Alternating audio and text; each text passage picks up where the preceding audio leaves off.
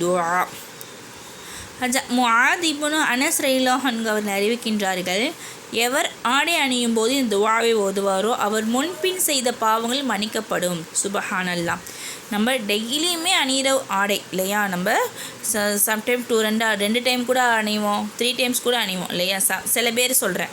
அப்படி இருக்கும்போது நம்ம துஆ ஓதுன எவ்வளோ பெரிய ஒரு அந்தஸ்து அல்லாஹ் கொடுக்குறோம் பார்த்தீங்களா. முன்பின் பாவங்கள்லாம் மன்னிக்கிற அந்த துஆ ஓதுனால இந்த வாய்ப்பு எல்லாருக்குமே கிடைக்காது. புரியுதா? நம்ம இன்ஷால்லா அதை அமலில் கொண்டு வரணும். முன்பின் நம்ம எவ்வளவோ பாவங்கள் செஞ்சுருக்கோம் இல்லையா, இல்லை சிறு பாவங்கள் தான் மன்னிப்பாமா, அதே மெயினில் வச்சுக்கோங்க, சிறு பாவங்கள் தான் மன்னிப்பான். கவனிங்க. அல்ஹம்து லில்லாஹில்லஸீ, சட்டத்தெல்லாம் கொண்டு வாங்க.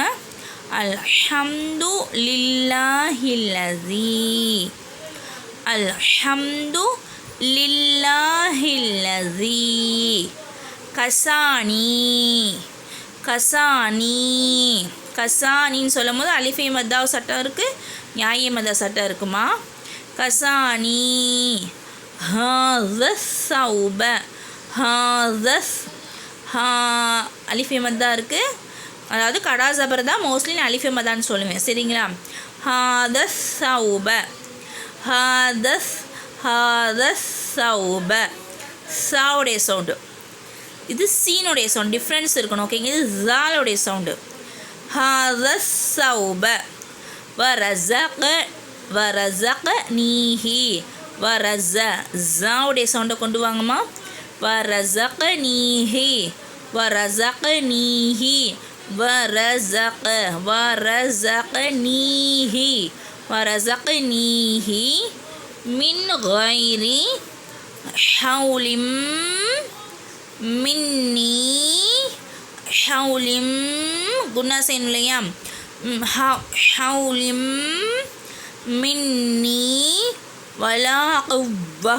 வலா குவ்வத்தின் இப்படி கூட சொல்லலாம். சரிங்களா. வலா குவ்வத்தின். ஒன் மோர் பாருங்க. அல்ஹம்து லில்லாஹில்லஸீ, என்னோட சேர்ந்து நீங்களும் ஓதுங்க. அல்ஹம்து லில்லாஹில்லஸீ, அல்ஹம்து லில்லாஹில்லஸீ கசானி. கசானி ஹாதஸ் சௌப. ஹாதஸ் சௌப வரஸகனீஹி. வரஸகனீஹி மின் கைரி மின் கைரி ஹவுலிம் ஹவுலிம் மின்னி மின்னி வலா குவ்வத்தின். வலா குவ்வத்தின் மீனிங் பாருங்கள். எனது உழைப்பும் திறமையும் இன்றி எனக்கு இந்த ஆடையை அணிவித்து அதை எனக்கு ரிஸ்களித்த அல்லாஹுக்கே எல்லா புகழும். புரியுதா? நம்ம ஒரு ஆடை செய்யணும்னா நம்ம முயற்சி செய்யணும். அல்லாஹத்தாலா நம்மளுக்கு என்னுடைய உழைப்பும் திறமையின்றி இந்த ஆடையை கொடுத்துருக்க. நம்ம துணி ரெடி பண்ண முடியுமா? நம்ம ஸ்டிச்சிங் பண்ணிலாம் வைங்களேன், அது துணியை நம்மளுக்கு ரெடி பண்ண முடியுமா? அல்லாஹ் நம்மளுக்கு எவ்வளோ கொடுத்துருக்கான். சரி, அதுக்கு அல்லாஹ் நன்றி செலுத்துகிறோம். புரியுதா?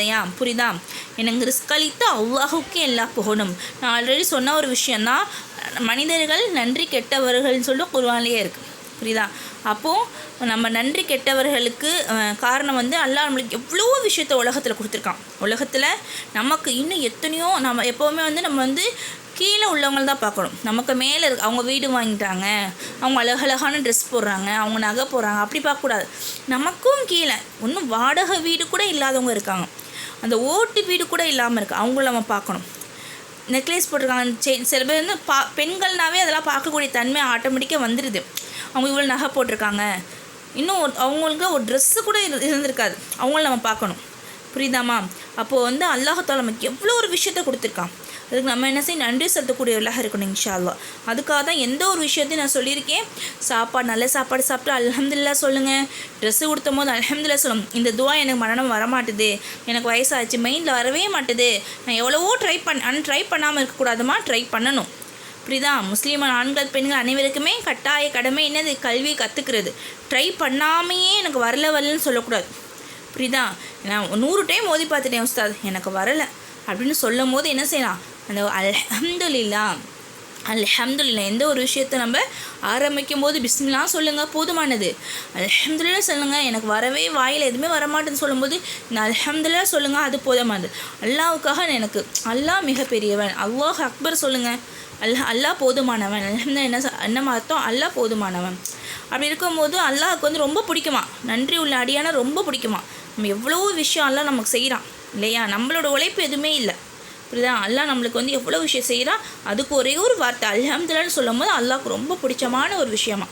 இன்ஷா அல்லாஹ்.